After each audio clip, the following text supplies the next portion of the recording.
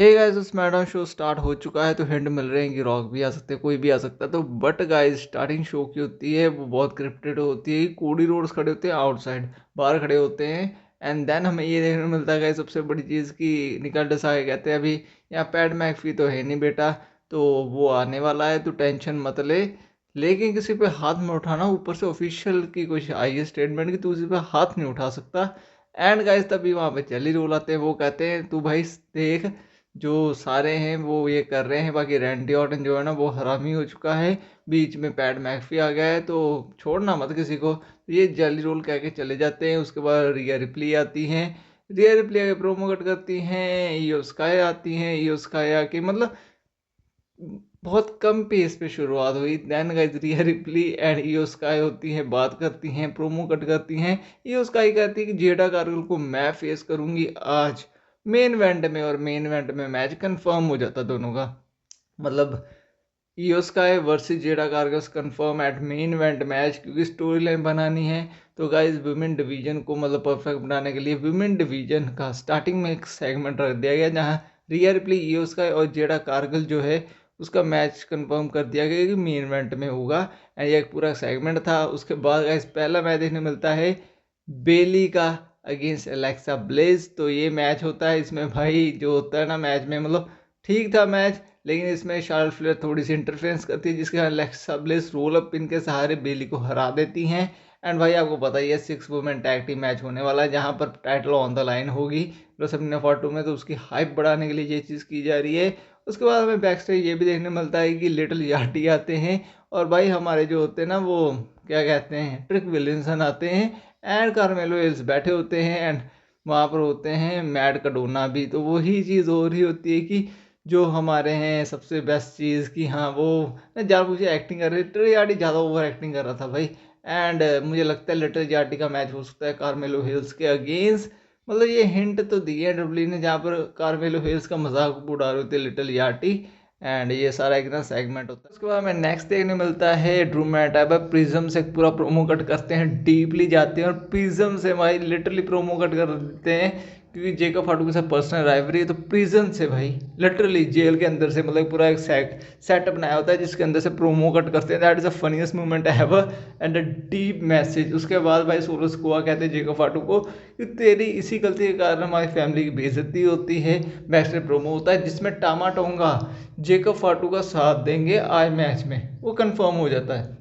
उसके बाद रॉक आय का मैच देखने मिलता है। रॉक आय का मैच होता है, विक्ट्री ले लेते हैं भाई जेकब फाटू के जो भाई सोलो स्क्वाड, वो कहते हैं कि मैं यहाँ का लीडर हूँ, जब तुझे हेल्प हो, यू नीड एनी हेल्प, मेरे पास आ जाना, मैं तुझे दे दूंगा, मेरे रास्ते खुले हैं। तो क्या गाइस, रॉक आय भी जाने वाले हैं एमएफटी में, क्या उनका हो सकता है? क्योंकि गाइस जैसे सेगमेंट दिखाया गया है ना, मैच जीतने के बाद उनका इंटरव्यू होता है और उन्हें बुला लेते हैं। एंड भाई हमें यही चीज़ देखने को मिलती है, मतलब ये सेगमेंट था, एक मैच था। उसके बाद देखने मिलते हैं पैट मैकफी आते हैं और भाई सीधा रिंग में जाते हैं, प्रोमो कट करते हैं। भाई सीएम पंक को पहले तो लेते आ रहा था, भाई लग रहा है फोर्सफुली यार प्रोमो दे रहा है, लिटरली फोर्सफुली प्रोमो है जो पैट मैकफी कट कर रहा है। और भाई सिंपल सी बात कहता है कि तुम अफोर्ड नहीं कर सकते तो मत आओ। सीएम पंक वही है जो अपनी टी शर्ट बेच रहा है, ये बंदा वहां से आया, यहाँ से भाई पर्सनल प्रोमो ले गए, नेक्स्ट लेवल पर्सनल प्रोमो, उस लेवल का पर्सनल प्रोमो लेके जाना नेक्स्ट लेवल। और ये भी कह दिया उन्होंने कि if you don't buy a ticket you can't afford it, अगर तुम्हें अफोर्ड करनी है तो भाई रेसलमेनिया 42 में आओ। भाई टिकट प्राइसेस लो कर दिए हैं,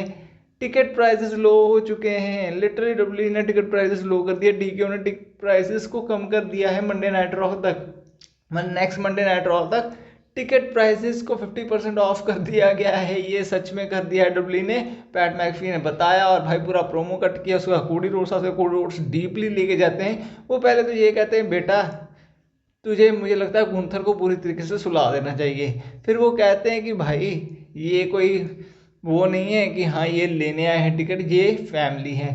एंड भाई गुंथर को कहते, सबसे बड़ी बात कहते हैं तू रसल कर, कोई बंदा उठा यहाँ आ, लेके फाइट कर, और फिर तू जाना और तेरे डैडी को जाके थैंक यू बोलना जिसने तुझे यहाँ भेजा है। लिटरली रोस्ट कर दिया भाई, कोडी रोड्स ने कहा थैंक्स योर डैडी, भाई ये चीज़ कह दी। उसके बाद पैट मैकफी ने पता क्या कहा कि जाके चार तू अपनी डाई लगाता है बालों को, तू कपड़े पहनता है, एंड तू स्टार डस्टी रहेगा जिंदगी भर, और तू पपेट चैंपियन है। भाई जाते जाते कोडी रोड्स को पता क्या कहते हैं, तो जाके चार ट्रिपल एच की, और ट्रिपल एच तुझे मौका देगा क्योंकि तू उसकी चार के यहाँ तक पहुंचा है। एंड भाई ये नेक्स्ट लेवल प्रोमो था। उसके बाद हमें ये चीज़ देखने मिलती है कि पैट मैकफी को मारने के लिए आते हैं। रैंडी ऑर्टन कहते हैं कि जेरी रोड को मैंने तोड़ दिया है। जेरी रोड बीच में आते हैं, कोडी रोड को विंटेज डीडीटी बढ़ती है।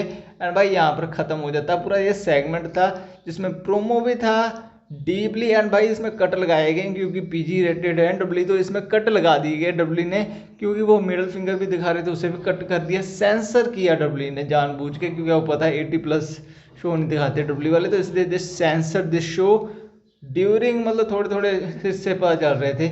उसके बाद गाइस हमें ये भी देखने मिलता है कि हाँ भाई जेकब फाटू एंड टामा टोंगा, एंड भाई उधर से दो बंदे हैं जिनका मैच होने वाला है। एंड भाई ये प्रोमो बहुत ज़्यादा पर्सनल गया, बहुत ज़्यादा डीप गया और नेक्स्ट लेवल डीप, मतलब डीपली प्रोमो था पूरा यार। लेकिन ये लग भी रहा है कि पैट मैकफी को जानबूझ के लाया गया सिर्फ टिकट सेल आउट करने के लिए, और कोई काम नहीं है पैट मैकफी का। अब रॉक आएंगे या नहीं आएंगे वो घंटा फर्क नहीं पड़ता। ट्रिपल एच ने हमारे शॉन माइकल की एक सीरीज अनाउंस कर दी है पीकॉक के लिए, उसका भी एक प्रोमो दिखाया गया। गाइज हमें मतलब पूरा सेगमेंट देखने मिलता है। उसके बाद नेक्स्ट देखने मिलता है मैच टामा टोंगा जेकब फाटू, मतलब थोड़ा सा ना ग्राफिक्स अलग था, इन्होंने दोनों मैच एक ही तरफ डाल दिए, तो मुझे लगा कि दो मैच होने वाले, लेकिन एक ही मैच था। तो सब टामा टोंगा एंड जेकब फाटू का मैच होता है। टामा टोंगा विक्ट्री ले लेते हार जाते हैं, जेकब फाटू विक्ट्री ले लेते हैं। जेकब फाटू पे अटैक कर देते हैं हमारे ड्रू मैकइंटायर। भाई कुत्ते वाला सीन वापस कर दिया जो रोमन रेंज के साथ किया था, बट इतनी घटिया चेन सॉ थी, मतलब वो जो हाथ में बांधने वाली थी, मतलब हैंडकप्स इतने घटिया थे। 2 बार डाले ड्रू मैकइंटायर ने, 2 बार उतर गया। और भाई पहले तो क्लेमोर लगाई, बाहर डीडीटी दी, और भाई जो होती ना बेल्ट उससे पीटा है, जैसे मतलब प्रिज्म में दिखाया है कि कैसे जेल में पीटते हैं ना बंदे को, वैसे पीटा पीटा तोड़ दिया जेकब फाटू को लिटरली। भाई वो जो होती है ना मतलब बेल्ट, उससे मार मारी है जेकब फाटू को, और इतना पीटा ना भाई। ये वाला इंटरेस्टिंग था, ये मैं मानता हूँ this is one of the interesting part in SmackDown. भाई बहुत इंटरेस्टिंग था ड्रू मैकइंटायर जेकब फाटू का।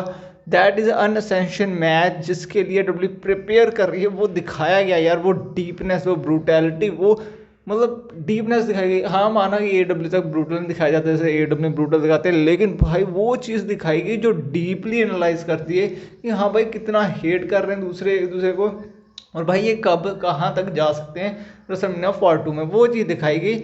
उसके बाद हमें बैक से देखने मिलता है आर्ट्रो डैन होजे का मैच कंफर्म हो जाता है against guys kit Williamson. And ये निकाल्डस करते हैं कि किट विलियमसन से अगर वो जीत गए तो उन्हें मैच मिल जाएगा अगेंस्ट मिज। तो उसके बाद भाई हमें देखने मिलते हैं आर्ट्रोथ, एंड भाई वो कहते हैं यास्का नहीं है। डेमियन प्रीस्ट कहते हैं यास्का है, वो कहते हैं नहीं है, मैंने तो कभी कहा नहीं। दैन हमें देखने मिलता है रिया रिप्ली जो अटैक कर देती है भाई, लिटरली बी फैप पे तोड़ देती है, और भाई कहती है नेक्स्ट है मिया चिन। एंड हमें नेक्स्ट देखने मिलता है भाई सैमी ज़ेन आते हैं, बड़ी हेट मिल रही होती है। वो कहते हैं मेरे फैंस को लाइक है, मुझे घंटा फर्क नहीं पड़ता तुम क्या सोच रहे हो, my fans love me, my fans like me. And then trick Williamson little JT, भाई लिटिल जेटी को फालतू में लाया गया यार, सिर्फ रैपर्स को इसलिए लाया जा रहा है कि नेटफ्लिक्स पे डब्ल्यू है टी को कंट्रोल कर रही है, तो इसलिए इन्हें लाया गया है सिर्फ और सिर्फ। लिटिल जेटी कुछ नहीं कर रहा है, बस ऐसे ही मतलब आवाज़ें निकाल रहा है 2-3 मतलब म्यूजिक की। तो भाई लिटिल जेटी कहते हैं ये चैंपियन बन के आएगा, मतलब तभी सैमी ज़ेन कहते हैं भाई ये तुझे लाइक करते हैं जैसे एल ए नाइट को लाइक करते हैं, ये तुझे सिर्फ और सिर्फ लाइक करते हैं। दे love your song, they love your personality, they love your clothing sense, but they don't ever follow you.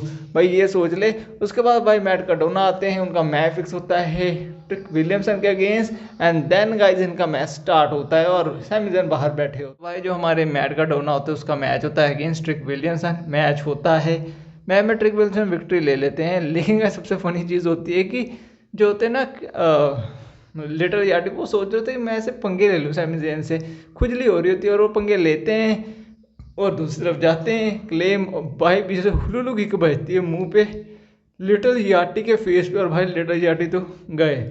और भाई इससे वजह था कि पंगे नहीं लेने चाहिए जब तुम्हें खुद नहीं पता हो, मतलब वही चीज़ है डब्ल्यू ना, जो सिंगर्स हैं रैपर है उन्हें ला रही है बिकॉज उन्हें चाहिए व्यूअरशिप, उन्हें चाहिए टिकट सेल आउट, तो इसलिए लाया जा रहा है। तो वो हमें देखने को मिलता भी है, फनी मोमेंट होता है लिटिल यार्डी के मुंह पे पड़ जाती है हुलुलु केक। एंड भाई ट्रिक विलियमसन को होता है ये क्या हो गया भाई मेरे बंदे के साथ, किसने इसे मार दिया। और ये देखने को मिलता है कि लिटिल यार्डी को पड़ चुकी है, अब वो पंगे लेने से बाज आ जाएंगे जैसे ले रहे थे। उसके बाद हमें देखने को मिलता है गाइस बैक स्टेज जहाँ रिया रिप्ली जो होती है वो कहती है उसका को मेरे लिए भी कुछ छोड़ देना, मैंने मिया जेम एंड B5 को निपटा दिया है। उसके बाद डैन होजे का मैच होता है, या बकवास मैच। सच में AEW ने डैन होजे को इसलिए निकाला था कि उन्हें रेसलिंग आती नहीं है। यहाँ पे पता चल रहा है इस जस्ट कर्ज वाली वो थिंग चला रहे हैं, मुझे लगता नहीं इतनी ज़्यादा सक्सेसफुल होगी। किट विंसलेट का करेक्टर या इतना बेस्ट है, उससे पुश देना चाहिए। I think is a good in wrestling, is a good in character. So W पता नहीं क्या कर रही है, जिसे पुश देना चाहिए उसे दिया नहीं जा रहा है। और अगर डैन होजे मैच में विक्ट्री ले लेते हैं, मिज के अगेंस्ट उनका मैच होगा, जहाँ मिज वर्सेस डैन होजे रेसलमेनिया 42, वहाँ पे भी डैन होजे जीत जाएंगे। तो मुझे लगता है बेकार ही है करेक्टर, कुछ खास नहीं है। हाँ भाई, टिकट सेल हो रही है, मर्च सेल हो रही है, तो इसलिए डब्ल्यू ने उन्हें ऊपर रखा हुआ है, बस इसलिए।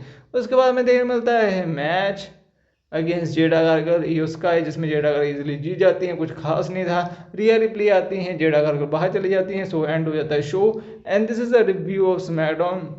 आई just like the best. Drew मैंटा एंड जेकब फाटू की स्टोरी है भाई, नेक्स्ट लेवल है। पैट मैक भी वैसे खस्ता हालत है, कुछ खास नहीं किया। ठीक ठीक था, प्रोमो आई का स्मैकडाउन ठीक ठीक था, इतना कुछ खास नहीं था। ये बता दिया कि टिकट सेल डाउन कर दिए।